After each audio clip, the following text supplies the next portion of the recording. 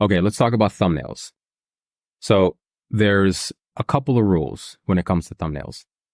The first one that I tell people, and I think the majority of YouTube creators get this wrong, and this is why they don't get any views. This is why their videos don't go viral, etc. The reason is because they're making their thumbnails after they make their video. They create their video, they write the script, they have the voiceover, and then they create the thumbnail to match the video, which is wrong. The right way to do it is to make the thumbnail first and the title. It's to build the video around the thumbnail and title. Me personally, I always create the thumbnail first, and then I come up with the title, and then I write the video after. The reason is because the thumbnail is the door to the video. If nobody knocks and opens the door, they're not going to view your video. It doesn't matter if your video is the most revolutionary documentary that's ever been created in the history of the world, and that took 10 years to create, and you've interviewed millions of people and traveled to 100 different countries, and it's a documentary that will blow the minds of every living person on this planet. It doesn't matter if it's that good. If people don't click on the thumbnail, if they don't open the door, they're not going to view your video. You're going to get no views or very little views. So we always want to make sure that our thumbnails come first. The creation of our thumbnails come first, and then the title, and then the video. But of course, we want to get an idea of what we want to make the video around.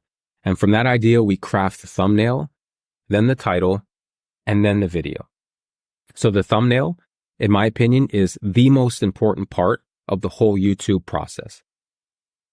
So when people scroll YouTube, they're looking to elicit certain emotions. They're looking for different ways to create a dopamine rush within their brain. There's 4 emotions that people look for subconsciously and consciously when scrolling YouTube.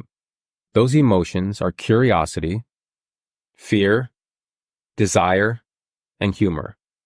Now, people click on these thumbnails because it does elicit a certain emotion within them.